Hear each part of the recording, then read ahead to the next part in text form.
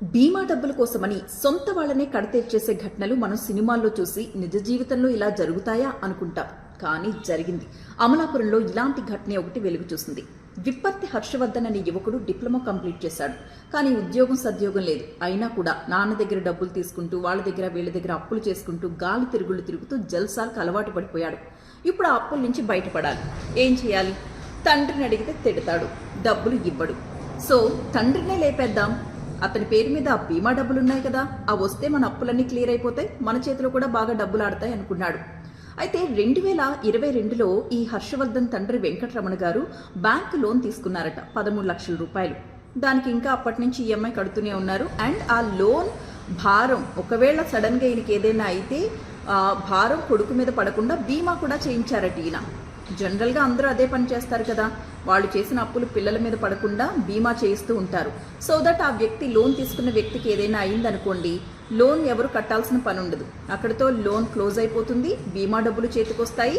చనిపోయిన సదరు వ్యక్తి ఎన్ని నెలలైతే ఈఎంఐ చెల్లించాడో అందులో ఇంట్రెస్ట్ పోగా అసలు అమౌంట్ ఏదైతే ఉందో దాది కూడా నామినీకి ఇచ్చేస్తారు. ఇక్కడ హర్షవర్ధన్ ఇదే ప్లాన్ చేశాడు. ఒకరోజు ఏం చేశాడు, నాన్న పెట్రోల్ అయిపోయింది, బైక్లో ఒక 500 రూపాయలు తెచ్చిస్తావా, నేను పలానా ప్లేస్లో ఉన్నాను అని చెప్పేసి ఆ ప్లేస్కి తండ్రిని రప్పించాడు. పాపం అమ్మాయి ఇక్కడ 500 రూపాయలు పట్టుకెళ్ళి కొడుకు చేతిలో పెట్టి, జాగ్రత్త నాన్న ఇంటికి వచ్చేసాయి, పెట్రోల్ కొట్టించుకుని అని చెప్పి వచ్చేసాడు.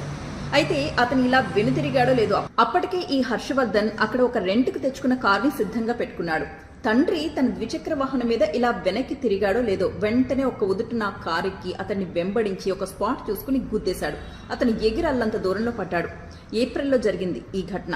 అప్పటి నుంచి పాపం హాస్పిటల్లోనే ఉన్నాడు. ఇప్పుడిప్పుడే కోలుకుంటున్నాడు ఆ తండ్రి.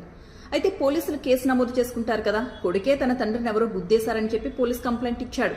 గట్టిగా విచారణ చేస్తే తెలిసింది కొడుకు గారు చేసిన నిర్వాకం.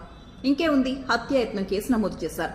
పాపం వెంటనే ఆ తండ్రి పోలీస్ స్టేషన్కి వెళ్ళి, నా కొడుకు మీద ఎలాంటి కేసు పెట్టద్దు, పాపం వాడికి ఏం తెలియదు, చిన్నపిల్లాడు, తెలియక చేశాడు, వదిలేసేయండి అని చెప్పి కాళ్ళ వెళ్ళపడితే పోలీసులు కనికరించారట. ఇది జరిగింది. పాపం తండ్రి హృదయం కదా, కొడుకును శిక్షించాలని అనుకోదు కదా, దీంతోనైనా ఆ కొడుకు మారతాడేమో చూడాలి మరి.